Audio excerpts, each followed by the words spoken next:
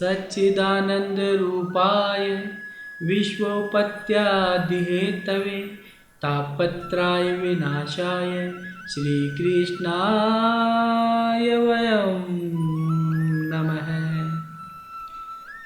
गुरुदेव भगवान की जय। भक्तमाल जी भगवान की जय। सनातन धर्म की जय। जय जय श्री राधे। पिछले भाग में हमने तुलसीदास जी और हनुमान जी के मिलन का प्रसंग सुना। इस भाग में हम तुलसीदास जी को हनुमान जी राम जी का पता दे रहे हैं और रामचरितमानस की रचना किस प्रकार से हुई, इस कथा प्रसंग को हम इस भाग में श्रवण करेंगे। हनुमान जी कह रहे हैं, हे तुलसीदास जी, मेरी तरह आप भी भगवान राम के नाम के रसिक हो, इसलिए मैं आपको राम जी कहाँ रहते हैं उसका पता देता हूँ। आप यहाँ से चित्रकूट पधारिए, क्योंकि मेरे ठाकुर जी को चंदन बड़ा प्रिय है। वह अपने मस्तक पर चंदन लगाने हेतु चित्रकूट रोज सवेरे पधारते हैं। इसलिए हे तुलसीदास जी, आप चित्रकूट जाइए और वहाँ चंदन की सेवा दीजिए, जिससे सभी भक्तों का आनंद हो। इस प्रकार के वचन सुनकर तुलसीदास जी राम राम कहकर वहाँ से चित्रकूट के लिए प्रस्थान करते हैं और चित्रकूट के घाट पर चंदन की सेवा देते हैं। वह सभी भक्तों के मस्तक पर चंदन लगाने की सेवा कर रहे हैं। उसी समय क्या देखते हैं कि दो बहुत ही सुंदर युवक जो कि घोड़े पर सवार हैं और जिनके बड़े बड़े नेत्र हैं और मस्तक पर टीका है और जिनके घुंघराले बाल है और जो वस्त्र आभूषण सुंदर सुंदर पहने हैं, जिनकी बलिष्ठ भुजाएं हैं, वृक्ष स्थल बहुत मजबूत है, ऐसे सुंदर बालकों को देखकर तुलसीदास जी मुग्ध हो गए और दोनों बालक घोड़े से उतरे और उतर कर बोले, हे बाबा, हमें आप चंदन लगा दीजिए। उनकी सुंदर मधुर वाणी देखकर तुलसीदास जी ने उनके मस्तक पर चंदन लगाया है और दोनों बालक चंदन लगाकर बाबा को राम राम बोलकर वहाँ से चले गए। यह सब दृश्य हनुमान जी महाराज देख रहे हैं। तो हनुमान जी महाराज पधारे और कहा, तुलसी बाबा, अभी तो हमारे परमात्मा आए थे, अभी तो भगवान राम और लक्ष्मण आपसे चंदन लगा कर गए हैं, क्या आपने उन्हें पहचाना नहीं? तो कहा, कौन थे वह, कैसे थे वह? यहाँ तो बहुत से चंदन लगाने आए थे, आप कृपा कर उनके सौंदर्य का वर्णन करिए। तो कहा कि अभी जो दो युवक आए थे घोड़े पर सवार होकर, जिनके हाथ में धनुष था, बाण थे, घुंघराले बाल थे, बड़े बड़े नेत्र थे, जिनकी भुजाएं बलिष्ठ थी, वही तो थे हमारे प्रभु। इतना सुनकर मन में बड़ा सा आघात लगा।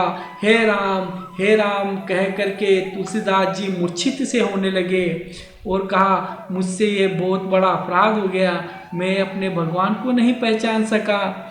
इतना सुनकर हनुमान जी महाराज कहते हैं, आप चिंता ना करिए, कल सवेरे फिर हमारे ठाकुर आएंगे, उस समय आप चंदन की सेवा दीजिए और हाँ, मैं आपके पास ही रहूँगा अदृश्य वेश में, और अगर आप उन्हें पहचान ना सको तो मैं आपको एक दोहे के रूप में आपको पहचानने का अवसर दूंगा। इस प्रकार का वचन सुनकर तुलसीदास जी बड़ी प्रसन्न हुए कि हैं हनुमान जी महाराज, जहाँ पर कृपा आपकी होई ता पर कृपा करे सब कोई, कि जहाँ पर भक्तों की कृपा होती है उस पर तो भगवान भी कृपा करते हैं। तो हे प्रभु, आप जरूर कृपा करिए। इस प्रकार के वचन सुनकर अब तुलसीदास जी घर चले गए, अपने रोज के नियम में लग गए, लेकिन उनसे रात्रि कट नहीं रही है, क्योंकि प्रभु मिलन करना है सवेरे जाकर। कैसे जैसे रात्रि काटी है, सुबह स्नान ध्यान कर वस्त्रों को पहनकर चित्रकूट पधारे हैं और चंदन की सेवा दे रहे हैं, और बड़े ही गौर से, बड़े ही ध्यान से सभी भक्तों को देख रहे हैं कि कहीं ये मेरे प्रभु राम तो नहीं है, कहीं ये मेरे प्रभु राम तो नहीं है, कहीं ये मेरे प्रभु राम तो नहीं है। इस प्रकार से वह सभी भक्तों को देख रहे हैं और हनुमान जी भी देख रहे हैं। उसी समय क्या देखते हैं, दो छोटे छोटे बालक आते हैं जो कि ब्राह्मण वेश में हैं, लंबी लंबी शिखा है और बड़े बड़े नेत्र हैं और छोटे से बहुत ही सुंदर बालक हैं जो अपने खांधे में दुपट्टा गाले हैं और बाबा के पास आकर बोलते हैं, हे तुलसी बाबा हमें चंदन दीजिए।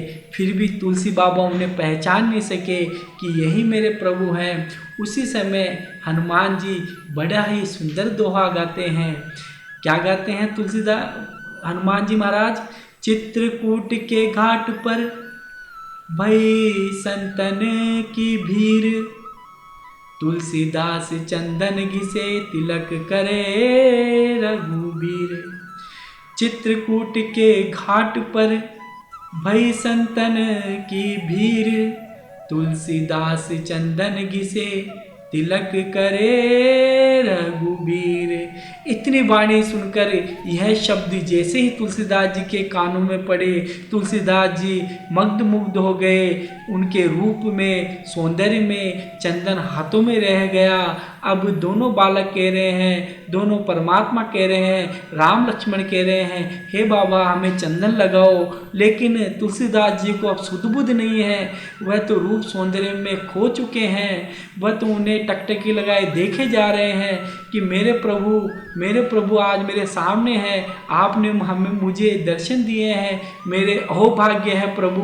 वो दोनों बालक कह रहे हैं, हे बाबा आप चंदन लगाइए। बहुत देर पश्चात जब तुलसी बाबा ने चंदन नहीं दिया तो स्वयं दोनों बालकों ने उनसे चंदन लिया और अपने मस्तक पर लगाया और तुलसीदास जी को भी चंदन अर्पण कर तुलसीदास जी के भी मस्तक पर चंदन लगाया है और वहाँ से अदृश्य हो गए। अब जैसे ही तुलसी बाबा को होश आया, तुलसीदास जी राम राम राम कहकर मूर्छित हो गए और उसी समय हनुमान जी महाराज प्रकट हो गए कि हे तुलसीदास जी, आपको भगवान राम का दर्शन हो गया, आपका जीवन धन्य है। आप जैसे भक्तों के साथ में आज बहुत दिनों के बाद मुझे भी भगवान राम का दर्शन हुआ है। तो प्रभु अब आपका उद्देश्य पूर्ण हो गया है। अब जिस उद्देश्य के लिए आप पृथ्वीलोक पर आए हो उस उद्देश्य को आप पूर्ण कीजिए और आप काशी में विराजिए। इतना वचन सुनकर तुलसी बाबा जैसे तैसे अपने को संभालते हैं और उसी समय काशी के लिए प्रस्थान करते हैं। बोलो सीताराम भगवान की जय, सीताराम भगवान की जय, सीताराम भगवान की जय। अगले प्रसंग में हम किस प्रकार से रामचरितमानस की रचना की जाती है और कैसे विद्वानों के द्वारा रामचरितमानस को झूठा बोला जाता है और कैसे भगवान शंकर के द्वारा रामचरितमानस को प्रमाणित किया जाता है, इसका श्रवण हम अगले भाग में करेंगे। जय सिया राम। आपसे पूर्ण निवेदन है कि इस चैनल को सब्सक्राइब करें, नोटिफिकेशन का बटन ज़रूर दबाएं और सभी मित्रों में और भक्तों में इस चैनल को ज़रूर शेयर करें ताकि सभी भक्तों को इस चैनल के माध्यम से श्री भक्तमाल जी की कथा सुनने का अवसर प्राप्त हो सके। राधे राधे, राधे राधे, राधे राधे।